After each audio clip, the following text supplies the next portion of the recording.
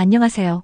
오늘은 세계에서 이혼율이 가장 높은 나라들을 좀 더 깊이 있게 소개해드리려고 합니다. 우선 조이혼율이라는 개념을 간단히 짚고 넘어갈게요.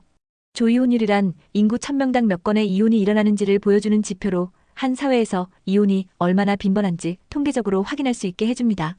이 지표를 기준으로 10위부터 1위까지 차례대로 살펴보면서 각 나라의 정치, 경제, 사회, 문화적 배경과 특수한 상황이 어떻게 이혼율에 영향을 미치는지 알아보겠습니다.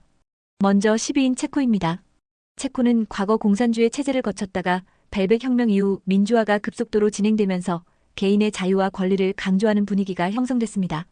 이 과정에서 국가주도보다는 개인의 선택이 더 중요하다는 인식이 확산되었고 결혼과 이혼 역시 개인적 결정이라는 인식이 강해졌죠. 체코는 맥주 소비량이 세계 최상위권일 만큼 자유분방한 생활 문화를 자랑하기도 하는데 이런 문화적 면모가 결혼 제도에도 투영된다는 분석이 있습니다. 예전에는 결혼을 유지하지 않으면 사회적 시선이 따가웠지만 요즘은 부부가 서로에게 더 이상 만족을 못 느끼면 큰 부담 없이 갈라서는 경우가 늘었다고 해요. 동시에 체코의 경제 발전과 함께 여성의 사회 진출이 확대되면서 부부가 동등한 위치에서 이혼 또는 결혼 생활 지속을 판단하는 경우도 많아졌습니다. 9위는 리투아니아입니다. 발트 3국 중 하나로 전통적으로 가톨릭 신앙이 강하고 가족 중심 문화가 깊게 자리 잡은 곳이기도 합니다. 그런데 소련 해체 이후 국가 체제가 빠르게 변화하면서 사회 시스템이 제대로 뿌리내리지 못해 불안정한 경제 상황을 겪었죠. 그 결과 젊은 층이 경제적 기회를 찾아 외국으로 떠나는 일이 빈번해졌고 장기간 떨어져 지내다 보면 관계가 소원해져 결국 이혼으로 이어지는 사례가 많다고 합니다. 또 기존에 강했던 가정 중심 의식이 급격한 서구화와 만나면서 충돌이 일어나기도 해요.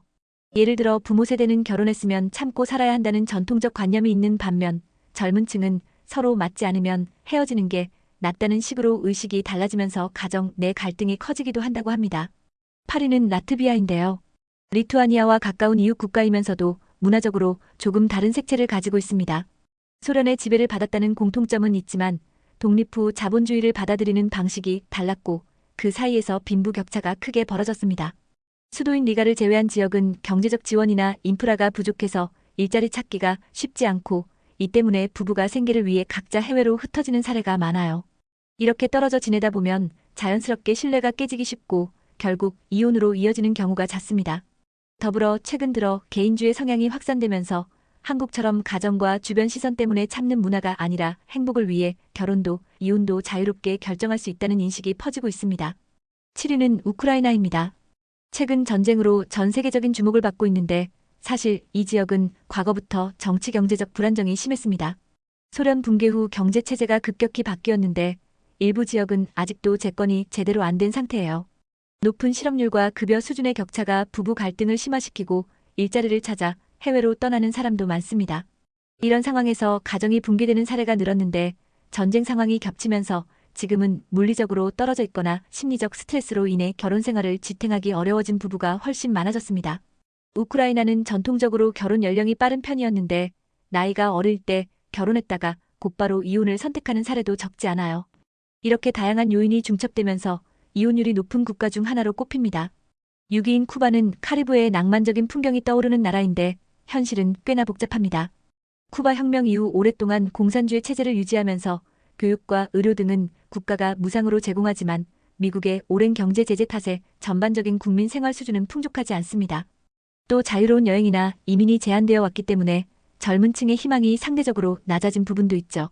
이런 상황에서 부부 사이에 경제적 부담이 심화되면 가족을 돌보기보다 각자 살아남기 위한 선택이 우선된다고 해요. 게다가 쿠바 사람들은 라틴 특유의 열정적이고 개방적인 성향이 있어서 사랑이나 결혼에 있어서도 억지로 유지하기보다는 새로운 길을 찾자는 인식이 있는 편입니다. 이런 문화적 제도적 요인들이 겹쳐 이혼율이 꽤 높게 집계되고 있습니다. 여기서 잠깐 한국의 이혼 상황도 짚어보겠습니다. 한국은 몇십 년 전만 해도 이혼에 대한 사회적 낙인이 상당히 컸지만 산업화와 도시화 그리고 여성의 교육 수준과 경제활동 참여가 늘어나면서 이혼에 대한 인식이 달라졌습니다. 결혼 생활이 고통스럽다면 굳이 억지로 참지 않고 정리하는 것도 나쁘지 않다는 생각이 자리 잡기 시작한 거죠. 한편 혼인율 자체가 떨어지고 있어서 절대적인 이혼 건수는 예전만큼 폭발적이지 않아도 결혼 대비 이혼율은 높게 나타날 수도 있습니다. 또 과거에 부동산 정책 등 제도적 허점을 노리기 위해 위장 이혼이 시도됐던 사례도 있었는데 이런 특수한 상황이 통계에 잡히면 실제보다 이혼율이 더 높아 보이는 경우가 생깁니다. 그만큼 이혼은 개인의 문제이기도 하지만 국가 정책이나 문화적인 분위기와도 아주 깊이 연관돼 있다고 할 수 있겠죠. 계속해서 남은 5위부터 1위를 보겠습니다.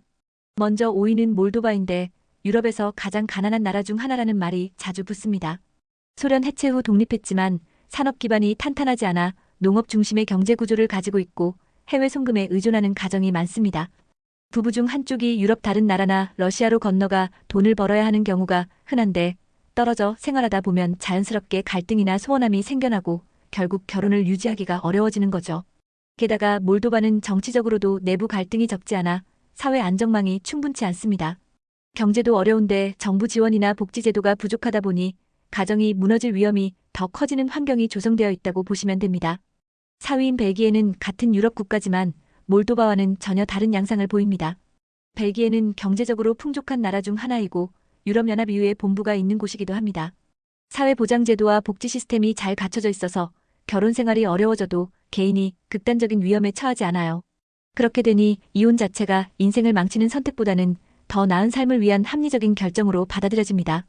벨기에는 다양한 인종과 문화가 모여 사는 나라라 다문화 가정도 많은데요.